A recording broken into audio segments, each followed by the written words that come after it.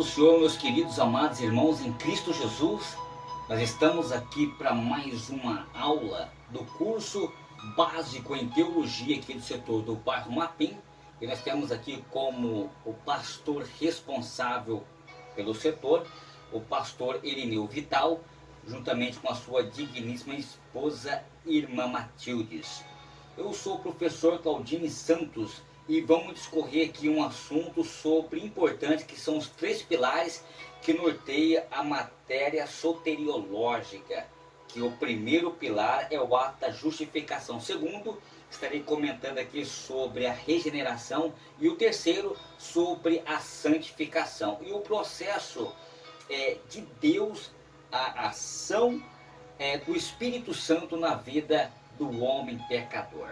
Mas em primeiro passo aqui eu gostaria de comentar aqui, falar sobre a justificação. Dentre eles, nós vemos aqui algumas definições sobre justificação: um ato de Deus declarar justo o pecador que pela fé aceita Jesus por seu Salvador, como está em Romanos, no capítulo 5 e do verso 1, e podemos observar também que tal pessoa passa a ser vista por Deus que jamais tivesse pecado em toda a sua vida. Deus declara ao pecador livre de qualquer culpa de pecado e a sua consequência eternas. Tá ok? Muito bem. Antes de eu comentar com vocês aqui sobre a justificação, eu gostaria de pegar por base o que está em 2 Tessalonicenses, capítulo 2, versículo 3, que nos diz assim: mas devemos dar graças a Deus, vós irmãos amados no Senhor, por vós ter Deus elegidos nós desde o princípio da salvação em santificação do Espírito e de fé na verdade. Maravilha, hein? Que coisa maravilhosa. Muito bem. Continuando aqui, falando sobre a justificação, nós vemos aqui alguns benefícios da justificação. Nós vemos aqui a justificação, ela nos concede várias bênçãos divinas. Para o estudo desse módulo, estudaremos apenas 3 pilares, que é a justificação, a regeneração e a santificação. Dentro do aspecto da justificação, irmãos, nós vemos aqui em primeira parte a remissão dos pecados. O apóstolo Paulo, quando ele pregou na sinagoga na Antioquia da Pisídia, ele fez a seguinte declaração: seja-vos notórios, varões e irmãos, que por este se eu vos anuncio a remissão dos pecados, e de tudo que pela lei de Moisés não puder ser justificado, por ele é justificado todo aquele que crer. Como está em Atos, no capítulo 13, do versículo 38 ao 39. Cristo, ao cumprir toda a lei que o homem não pode cumprir, possibilitou o homem ser plenamente justificado em Cristo Jesus. Muito bem. Então, o segundo aspecto é a restauração da graça de Deus. A justificação, ela tem a sua origem no livre graça de Deus, como está em Romanos, no capítulo 3 e verso 24. Graça é favor divino dispensado ao homem sem que ele não mereça. Mediante o pecado, o homem ele perdeu toda a proteção divina e passou a viver sobre a justa ira divina, como está em João, no capítulo 3 e verso 33. Não estarei lendo as referências, porque estarei tomando muito tempo nessa tão videoaula resumida, mas poderão estar pesquisando, analisando e estudando à luz da preciosa palavra de Deus. Ainda em Romanos, no capítulo 5, verso 18, a ira de Deus representa a reação automática de sua santidade contra o pecado. Porém, ao aceitar a Cristo pela fé, o pecador ele é por Deus justificado, ficando assim livre da ira divina, como está em Romanos, no capítulo 5, verso 9.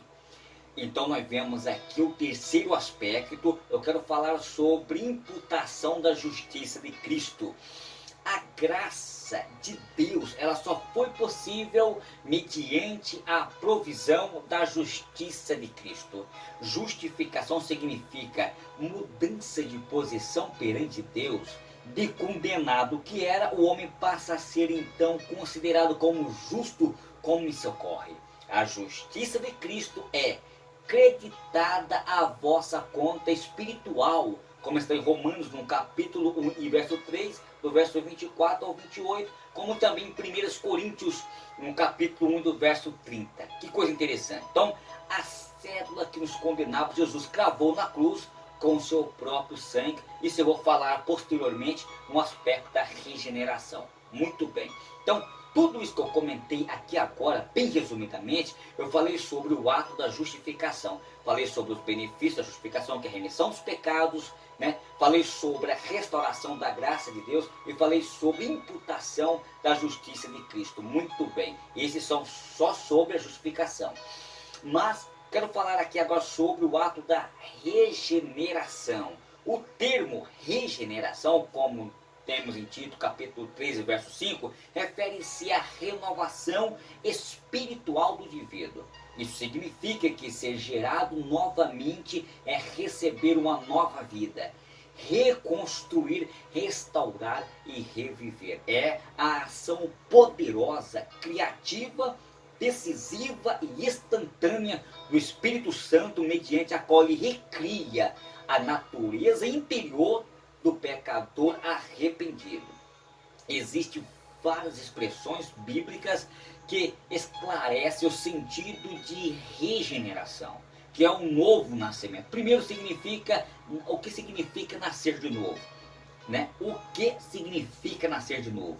Sobre este aspecto da salvação, Jesus asseverou a Nicodemos: na verdade eu te digo que aquele que não nascer de novo não pode ver o reino de Deus. Como está em João, no capítulo 3. Jesus salientou a necessidade mais profunda dos homens. Uma mudança radical e completa da totalidade da natureza e do caráter do homem. Esse milagre, ele é operado do Espírito no ser humano, através da qual este é recriado de conformidade com a imagem divina. Aquele que realmente nasceu de novo está liberto da escravidão do pecado e passa a ter o desejo e a disposição de obedecer a Deus e seguir a orientação do Espírito Santo de Deus. Então, você viu que coisa maravilhosa? Isso aqui é o que significa nascer de novo. O que significa, o que não significa o novo nascimento? Primeiro, não se realiza através da vontade e participação humana, como está em João, no capítulo 1, verso 13. Segundo, não depende dos esforços humanos, como está em Tito, no capítulo 13, verso 5, como também em Efésios, capítulo 2, do versículo 8 e do versículo 9. Isto é, não há nada que o homem possa fazer por si mesmo ou pelos outros terceiros. Não é o batismo em água. O batismo em água pode simbolizar a regeneração, mas não a produz. O quarto não é a prática de boas obras, como está em Tito, no capítulo 3 e do verso 5, como também em Efésios, no capítulo, eu acabei de citar, do capítulo 2, do versículo 8 e 9. Muito bem. Então, aqui nós podemos observar que nova criação. Como nós olhamos aqui para 2 Coríntios, capítulo 5, versículo 17, quem está em Cristo, nova criatura é. As coisas velhas já se passaram e eis que tudo se fez novo. Mediante a palavra criativa de Deus, os que aceitam a Jesus Cristo pela fé são feitos nova criatura.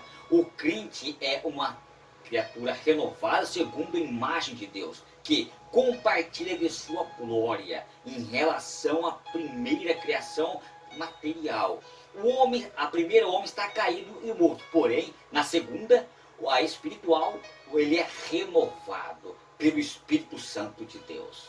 A renovação que está em Tito, no capítulo 3, verso 5, como também em Colossenses, no capítulo 3, e no verso 10, a renovação do Espírito Santo refere-se a a outorga constante na vida de vida aos crentes que, à medida que submetem a Deus, como está em Romanos, no capítulo 12, versículo 2, e não vos conformeis com este mundo, mas transformai-vos pela renovação do vosso entendimento.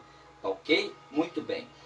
Então eu gostaria de comentar aqui, falar sobre a ressurreição espiritual que cai dentro da regeneração. Tá? Como está em Efésios, no capítulo 2, do versículo 5 e 9, é preciso morrer para o mundo, ressuscitar para uma nova vida em Cristo. A palavra de Deus, ela pode, ou seja, dizer que Deus diz que os que recebem a Cristo morrem e são sepultados com Ele para ressuscitarem em uma nova vida, em uma novidade de vida, como está em Romanos no capítulo 6, do verso 2 ao 7. Os que aceitam a Jesus são batizados no Espírito Santo. Que coisa interessante. Automaticamente. Então, existe a ressurreição espiritual. Existe três tipos de batismo também. O batismo no Espírito Santo, né, que é o momento da aceitação, que a pessoa aceita Jesus, e o batismo nas águas, que é um cumprimento, que é um símbolo desse batismo, e o batismo com o Espírito Santo, o que falar em novas línguas. Muito bem, isso já é outra questão, não quero entrar em detalhes, mas quero entrar aqui e falar sobre a santificação e concluir a minha participação aqui, tá ok? Muito bem.